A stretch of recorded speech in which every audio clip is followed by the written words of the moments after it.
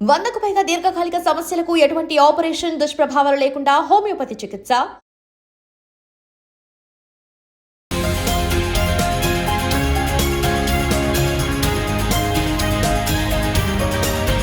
Hi viewers, welcome to I dream. So నేనైతే ఈరోజు మన బిగ్ బాస్లో పవన్ కళ్యాణ్ గేమ్ ఎంత బాగా ఆడుతున్నాడో తెలుసు కదా.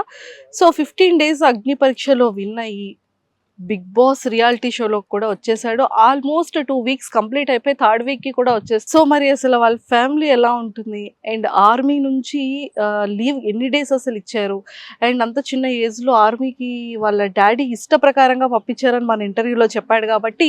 అండ్ వాళ్ళకి ఒక చిన్న పాన్ షాప్ ఉంది అండ్ ఇక్కడ అంకుల్ షాప్లోనే ఉన్నారనమాట. సో అంకుల్తో కూడా మాట్లాడి అసలు ఆర్మీ అనేది ఎందుకు అంత ఇంట్రెస్టెడ్గా ఆర్మీకి పంపించాల్సి వచ్చింది పవన్ కళ్యాణ్ని అండ్ అలానే అగ్ని పరీక్షలో 15 డేస్ చూసారు కాబట్టి అండ్ ఇప్పుడు కూడా బిగ్ బాస్ హౌస్లో చూస్తున్నారు కాబట్టి సో ఎలా ఫీల్ అవుతున్నారు, ఎలా ఉంది, ఇవన్నీ తెలుసుకుందాం. సో నాతో పాటు ఫాలో అయిపోండి. అంకుల్ ఎలా ఉన్నారు?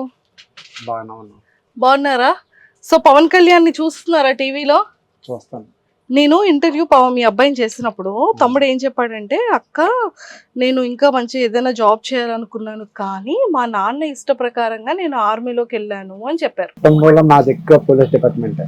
మా బాబాయ్ పోలీస్ డిపార్ట్మెంట్, మా అన్నయ్య పోలీస్ డిపార్ట్మెంట్. మా అబ్బాయిని కూడా పోలీస్ డిపార్ట్మెంట్ లో చూడాలని నా మొదటి నుంచి మా నాన్నగారు కూడా మా మా మనవను కూడా మీరు చేయరు అని చెప్పడం జరిగింది.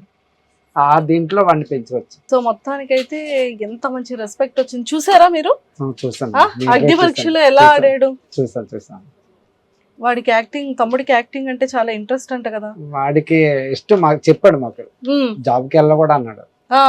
వెళ్ళను అంటే ఏది ఏమైనా సరే నువ్వు జాబ్కి వెళ్ళాల్సిందే, నువ్వు తాడు పట్టుకో, అదే నీ అదృష్టం బాగుండి తగిలితే అటు నుంచి నీ ఇష్టం ఏదైనా చూసుకో, నా ఉన్న స్తోమతలో నువ్వు జాబ్ సంపాదించుకొని నీ డబ్బుతో నువ్వేం చేసుకో నీ ఇష్టం, నా కర్తవ్యం నా ధర్మం ప్రకారం నేను చదివించాను, నువ్వు జాబ్ కొట్టిన వరకు కొట్టి నువ్వు ఎక్కడికి వెళ్ళిపోయినా నాకు అభ్యంతరం.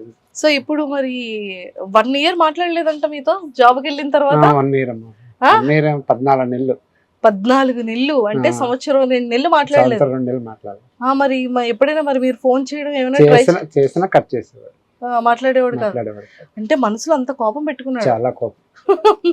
ప్రేమ అలాగే ఉంటది, కోపం అలాగే ఉంటది. అది మాత్రం బాగా ఉంటుంది.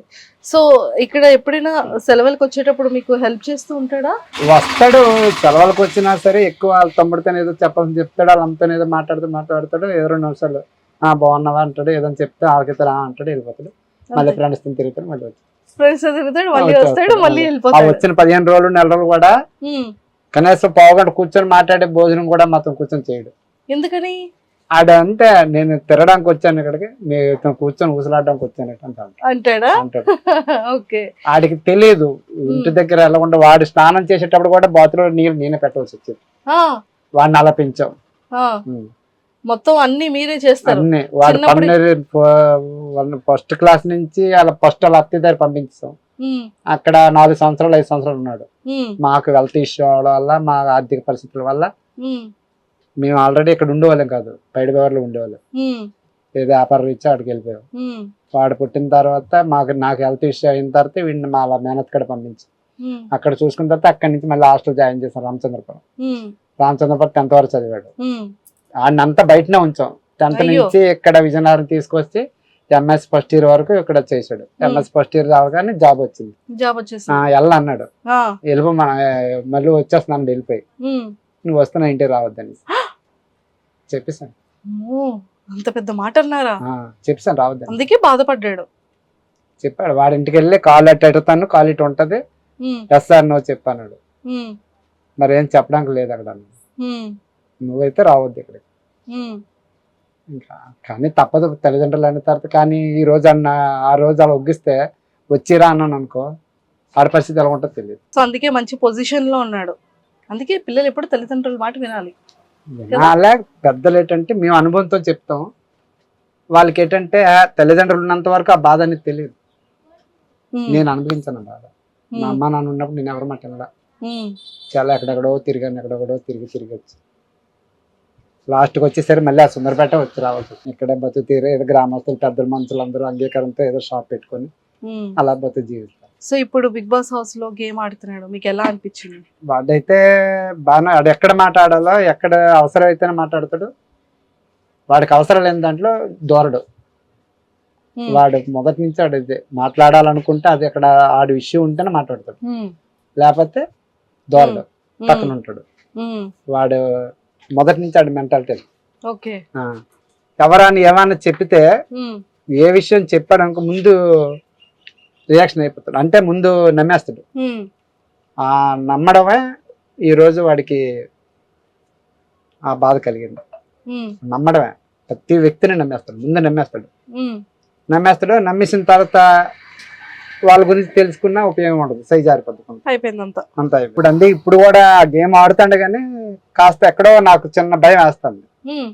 వాళ్ళు ఏదో చెప్పేదాన్ని నమ్ముతాండా, లేకపోతే బిగ్ బాస్ ఇచ్చిన టాస్క్ ఆడుతాండా. కొందరు వీడికి కొన్ని ఏదైనా ఆశ చూపెట్టాడు అనుకోండి, వీడు కొద్దిగా పొంగిపోతాడు. వీడికి యాక్టింగ్ అంటే ఇష్టం. వందలో ఏమన్నా వీడిని కొద్దిగా పొంగించి నీకు అది బయటకు వచ్చాక అది ఇస్తాం ఇది ఇస్తామని ఏమన్నా అని వీడు అన్నగాని కూల్ అవుతాండా, లేదా ఏంటి బిగ్ బాస్ ఇచ్చిన యాక్టింగ్ ప్రకారంగా ఆడు చేస్తాండా ఏంటి అర్థం అవ్వలేదు నాకు. అక్కడ కొంత కన్ఫ్యూజ్ ఉంది. లేదు, ఇప్పుడు బానే ఆడుతున్నాడు, చక్కగా కనిపిస్తున్నాడు టీవీలో కూడా. మీరు ఆ గంటన్నర ఎపిసోడ్ కాకుండా మళ్ళీ మనకి ఆన్లైన్ లో 24/7 వస్తుంది. వాళ్ళు ఉదయం లేచినప్పటి నుండి పడుకొని మళ్ళీ లేచేంత వరకు కంటిన్యూ వస్తూనే ఉంటది. సో అందులో అయితే మాత్రం అందరికి చక్కగా కనిపిస్తున్నాడు, టెన్షన్ పడాల్సిన పని లేదు. అంత తెలివి తక్కువగా అంత చిన్న పిల్లడిగా ఏం లేడు, మీరు కంగారు పడకండి. అంతే, వాళ్ళు పెద్ద పెద్ద సెలబ్రిటీలు, అది మనం ఏదో సాధారణ కుటుంబం నుంచి ఏదో ఒక పల్లెటూరు నుంచి ఏదో మా బతుకు తీరు కోసం మేము ఇదైనా అది ఎందుకు భగవంతుడు ఇచ్చాడు అవకాశాన్ని. వాడికంటే ఫుల్ పిచ్చి యాక్టింగ్ అంటే, చాలా పిచ్చి. హాస్టల్లో ఉన్నప్పుడు కూడా ఎక్కువ ఇంట్రెస్ట్ స్టేజ్ల మీద అక్కడ ప్రోగ్రామ్స్ వేస్తే యాక్టింగ్ వేసాడు. వాడికి అవార్డు కూడా ఇచ్చారు అక్కడ. అబ్బో, ఎక్సలెంట్, సూపర్ సూపర్. రామచంద్రపురంలో ఆ సారు వీడంటే ఆ సార్లు అందరూ పొంగిపోతారు, అంత దీని ఉంటారు. సో చక్కగా కనిపిస్తున్నాడు, చక్కగా ఆడుతున్నాడు. సో మీరైతే హ్యాపీ కదా? హ్యాపీ అమ్మ, నాకైతే హ్యాపీ. ఏ హ్యాపీ అయినా వాడు దాని కొద్ది భగవంతుడు ఎంతవరకు తీసుకెళ్తాడో వాడిది వాడే, నాది. ఇప్పుడు నేను డ్రైవర్, యాక్చువల్ అయితే నేను డ్రైవర్ని. డ్రైవర్ శక్తి తగ్గిపోయింది, రోడ్డు మీద మరి తిరిగే ఓపిక లేదు కాబట్టి గ్రామస్తుల పెద్దలతో సహకారంతో ఏదో షాప్ అడుగు స్థలం అడుక్కొని షాప్ పెట్టుకుంటాను. ఏదో మా తల్లి ముగ్గురం బతుకుతాను, చాలు. మానవటాలకి ఇది బాస్. రిటైర్మెంట్ 45 years, ఇక నుంచి పరిగెట్టలేము, ఏది చేద్దామన్నా చేయలేము, తినడానికి గడిచిపోతే చాలు, అంతే. సంపాదించింది మోసుకెళ్ళిపోలేం. మరి మీకు పవన్ కళ్యాణ్ ఏం పంపించట్లేదా? వాడు ఇస్తాడు, వాడు నేను తీసుకోను కదా. మీరు తీసుకోరు కానీ పాపం ఇంట్లో వాళ్ళ మమ్మీకు ఎవరికో ఏది వాళ్ళ అమ్మకి వాడు ఇచ్చుకుంటే ఇస్తున్నా, నాకు అవసరం లేదు. నా కష్టాలతో నాకు అంతే. వాడికి పెళ్లి చేసే వరకు నా కష్టార్థమే. మా అమ్మ బాబు మా తాతమ్మ సంపాదించింది, వాడి పెళ్లికి నా డబ్బులతోనే చేస్తాను తప్ప ఆ డబ్బులతో నాకు అవసరం. అమ్మో, సూపర్ సూపర్ సూపర్. మరి ఓట్స్ ఏమని చెప్పారా ప్రేక్షకులందరికీ? ప్రతి ఇక్కడ మా ఉత్తరాంధ్రలో ప్రతి ఒక్కరు వాడు మాట్లాడేది. మా ఉత్తరాంధ్ర ప్రజలు, తెలంగాణ ప్రజలు, ఏపీ ప్రజలు అందరూ కూడా వాడిని ఆదరించారు చాలా. వాళ్ళందరికీ ఆల్రెడీ ఇది పెట్టాను, ఇంకా అలాగే చూస్తారని అందరికి ప్రజలందరికీ నేను హృదయపూర్వకంగా నమస్కారం దానం పెట్టుకుంటాను. అలాగే ఇక్కడ ఊర్లో ఎవరైనా అంటున్నారా మీ అబ్బాయి బాగా ఆడుతున్నాడు, టీవీలో కనిపిస్తున్నాడు అని చెప్తాను, చాలా మంది చెప్తాను. అప్పుడు ఏమనిపిస్తుంది మీకు? ఏమనిపిస్తుంది, కొద్ది దీని ఆనందంగా ఉంటది, కానీ నాకు మనసుకు నచ్చదు. అక్కడికి వెళ్ళిపోతే బాగుండు, మళ్ళీ ఉద్యోగానికి మళ్ళీ ఏం ఆలోచిస్తాడో నాకు భయపడుతున్నారు. గవర్నమెంట్ అనేది అదొక తాళ్ళ బలం. ఈ యాక్టింగ్ అనేది హిట్ అయితే డబ్బులు వస్తాయి, హిట్ కాకపోతే మామూలు లేదు. ఆ సెలవులు ఉన్నాయంట, ఆ సెలవుల ప్రకారంగా ఆడుకొని మళ్ళీ వెళ్ళిపోతాడు. అటు నుంచి వాడికి ఏమైనా ప్రెజర్ ఉంటది, అటు చాలా మంది సమాధానం చెప్పుకోవాలి. అక్కడ సెంట్రల్ ఏం లేదు, చక్కగా లీవ్ ఇచ్చారు, అక్కడ వాళ్ళందరూ టీం వాళ్ళందరూ చూసుకుంటున్నారు. సో హ్యాపీగా ఆడుకుంటాడు, తర్వాత మళ్ళీ వెళ్ళిపోతాడు, మీకు ఆ టెన్షనే లేదు. చెప్పాడు, నేను వెళ్ళిపోతాను డాడీ, మా సెలవు పెట్టుకోవచ్చు అన్నాడు. సరే అమ్మా పెట్టుకో, కాదని అనలేదు.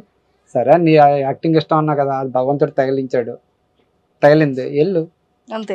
ఏదైనా కష్టమైన నష్టమైన నువ్వే భరించాలి అని చెప్పేసాను. సరే డాడీ అని వాడి ఇష్టం పరంగా ఇప్పుడైతే ఒగ్గాను. అంతే వచ్చేస్తాడు చక్కగా మళ్ళీ హ్యాపీగా మళ్ళీ వెళ్ళిపోతాడు జాబ్ కి. అవును. ఓకేనా? Okay okay thank you. Bye uncle. Thank you. Thank you. And don't forget to subscribe to iDream. And for more videos, Please subscribe to iDream. Please subscribe to iDream. Please subscribe iDream. And please subscribe to iDream. For more videos, subscribe to iDream. please like, share, and subscribe to the channel. Congratulations, iDream. Subscribe to iDream. Subscribe to iDream. So subscribe to iDream Media. iDream ki iDream team andarki huge congratulations. Please subscribe iDream Media. Please subscribe to iDream. Subscribe iDream. Please subscribe to iDream. iDream అంటే నా కళల ఛానల్ను subscribe చేసుకున్న నోరు తిరుగుతలేదు, మీరైతే గంట గుర్తు కొట్టండి. For more such videos, please subscribe to iDream. Subscribe to iDream. Please subscribe to iDream. Please subscribe iDream Media. Please do subscribe to iDream. Please subscribe to iDream Media. For best entertainment and information, please subscribe iDream.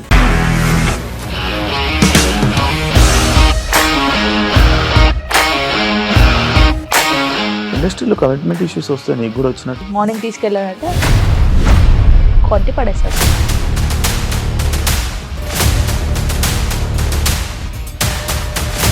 ఒక్కళ్ళు కూడా చూడలేదు ఈ cinema అని చెప్పడానికి కూడా చాలా ధైర్యం కావాలి. అది నిజం కదా, దాంట్లో ధైర్యం ఏంటి? ఇది నెక్స్ట్ డే ప్లేట్ మార్చేస్తే తప్పు కదా. As of now, we are comfortable this అని నేను అనుకుంటున్నాను. రష్మిక గారిది మీది ఒకే ఊరు అంట కదా?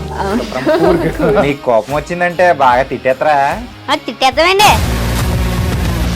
నిజంగా గేమ్ ని ఎలా చేంజ్ చేయగలిగారు? ఏపీఎస్ఎఫ్సి వాళ్ళకి 6 నెలల్లో నేను 6 లక్షలు కట్టా. బిజినెస్ చేయాలనుకుంటే it is as difficult as riding a tiger.